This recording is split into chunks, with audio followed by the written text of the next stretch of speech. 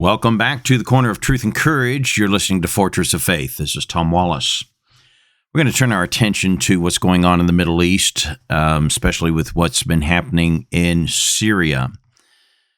Now that we're kind of looking with hindsight, they always say hindsight's 20/20, isn't it? And in truth, we really didn't see this coming, the fall of Syria. But now that it's happened, it's kind of obvious in a way that this kind of would have happened. Syria has been in a civil war for the last 15 years under the Bashar Assad regime. And someone described it, and I think it was quite clever, the way that the article was entitled, "Terrorist Liberating Terrorist from Terrorist." I mean, the whole country has been a bag full of troubles. Bashar Assad was a villain, and many people in his country have been victimized because of his regime, very heavy-handed, and people wanted to liberate it. But the people wanting to liberate it were probably not much better than he himself. And there's an old saying, be careful of getting rid of the devil you know to exchange him for the devil you don't know. And that's where we are right now in the country of Syria. And a lot of things have been unfolding. And it really does. I talked a little bit about last week, but we're getting more details and a clearer picture of what's happening.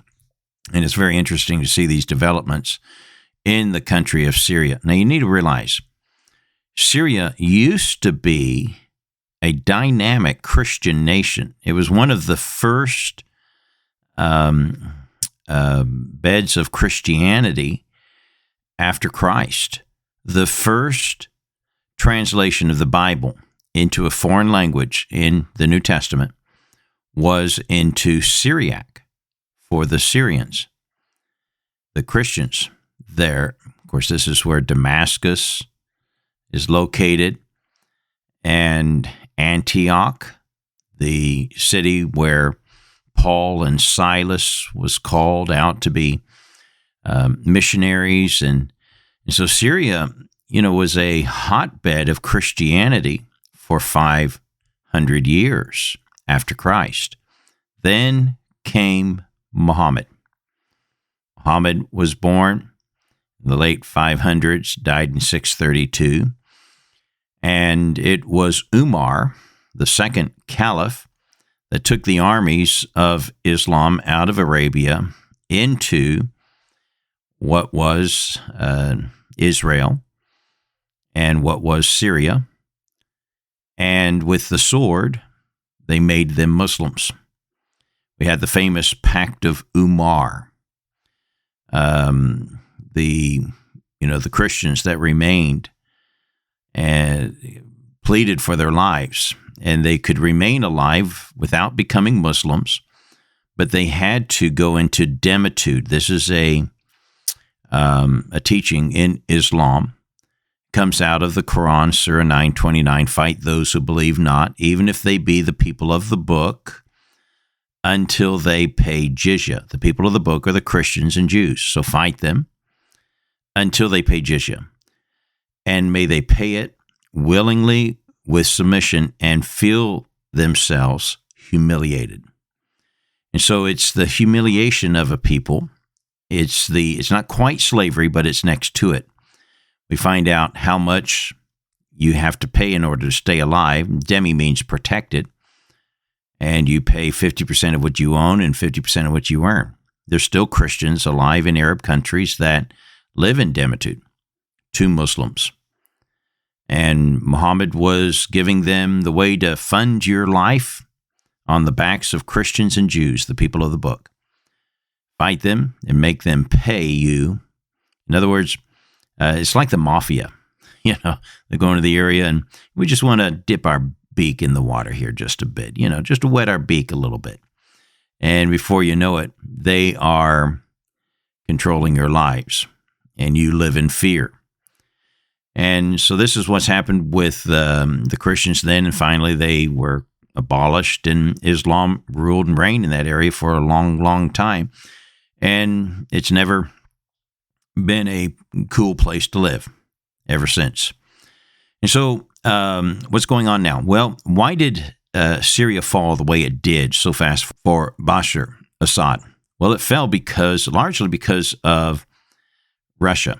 Russia was his backer. They kept them afloat, kept all the terrorist groups and all the other factions at bay. You still have ISIS going there. You've got the Kurdish terrorists and all sorts of broken pieces of their country. And still some Christians somewhat have survived under Bashar Assad. And the big thing is he stored chemical weapons. We know he used them about 15 years ago on his own people. And all those weapons that we went looking for, the weapons of mass destruction in Iraq, we went looking for them, but they slipped out and they made their way into Syria to be hidden. Bashar Assad has had them all this time. Now that Russia is occupied so much with what's going on in Ukraine, they weren't able to keep that area safe, which is a concern for them because they have a naval base down there in Syria that they still have to keep. That's why they were backing Assad.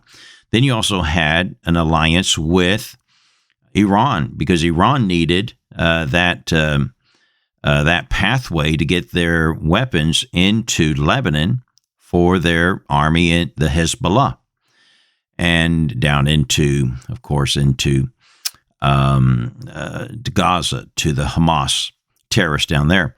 And so both of these areas have been greatly weakened because of Israel's attack on Israel and Israel's attack on Iran and Hezbollah. That supply line, kind of dried up. And so the support of Iran fell apart. And that took away Bashar Assad's protection. And that's why these terrorists were able to take the land. Since then, Christians are now being killed. We had 2 Christians who were beheaded in the Valley of Nasirah, the Valley of Christians. And they've been, spreading these videos of the beheadings, trying to threaten other Christians, leave or this is going to happen to you. Of course, this is likely to be groups like ISIS back to their old ways. And now, since Syria is now a broken state and all these stockpiles of weapons and things, the last thing we need is these terrorists to get their hands on them. That's why the United States and Israel has been bombing sites in Syria, and thankfully they're doing it. For the world's safety, the last thing we need is these weapons falling in the hands of these terrorists.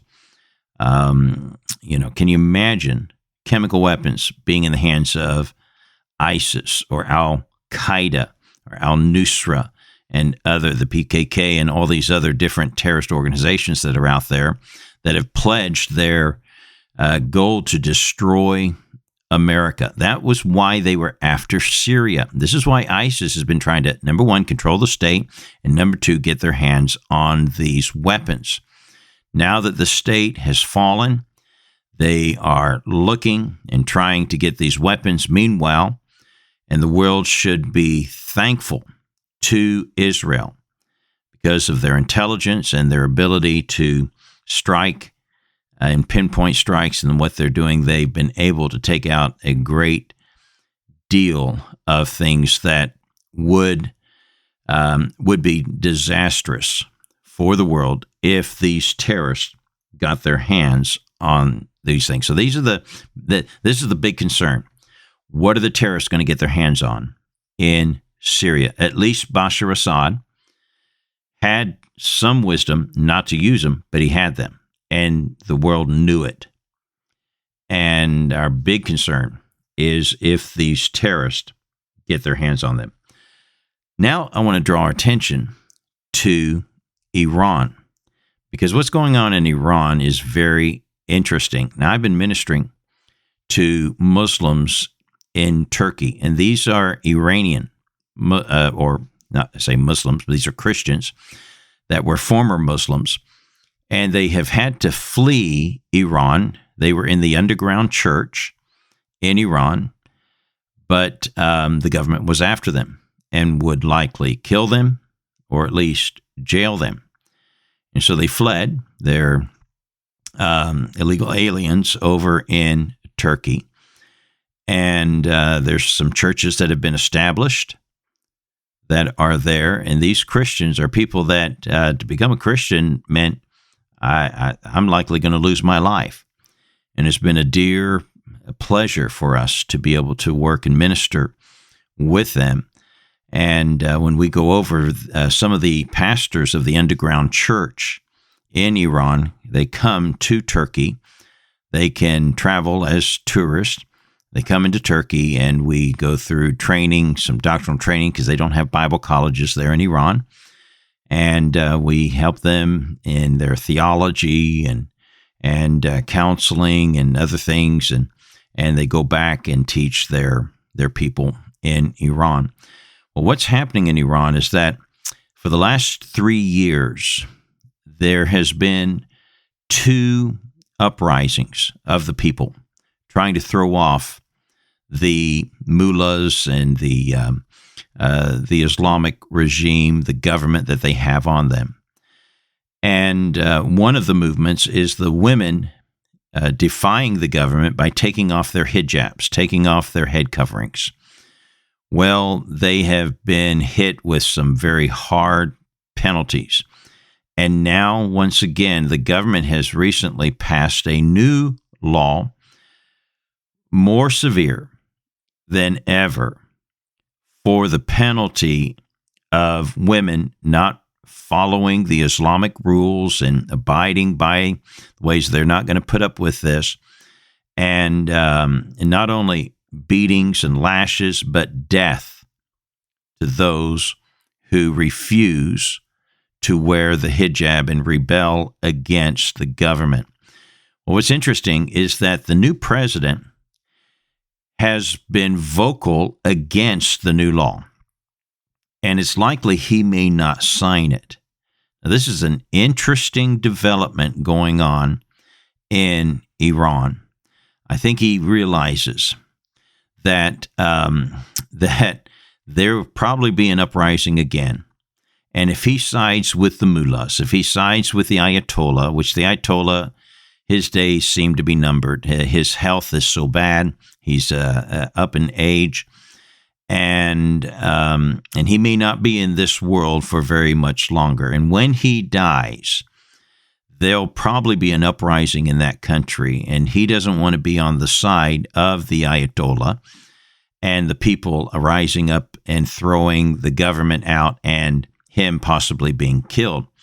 So I think this development of him not signing the law is a statement to say that he is trying to side with the people. This is a very interesting development. I think we may soon see the fall of Iran. And if that happens, the crown prince of Iran, the Shah, when the Shah was kicked out back in 1979, his son lives in Virginia in the United States, just below Washington, D.C., and he's ready to go back and to take democracy, a republic, back to that country. We'll be watching that. I'm going to be trying to get an interview with the crown prince, and we're going to be hoping that that can come together, because I think we need to keep an eye on these things. Well, that's going to be it for today. I hope you'll join us again next time at the Corner of Truth and Courage. God bless you.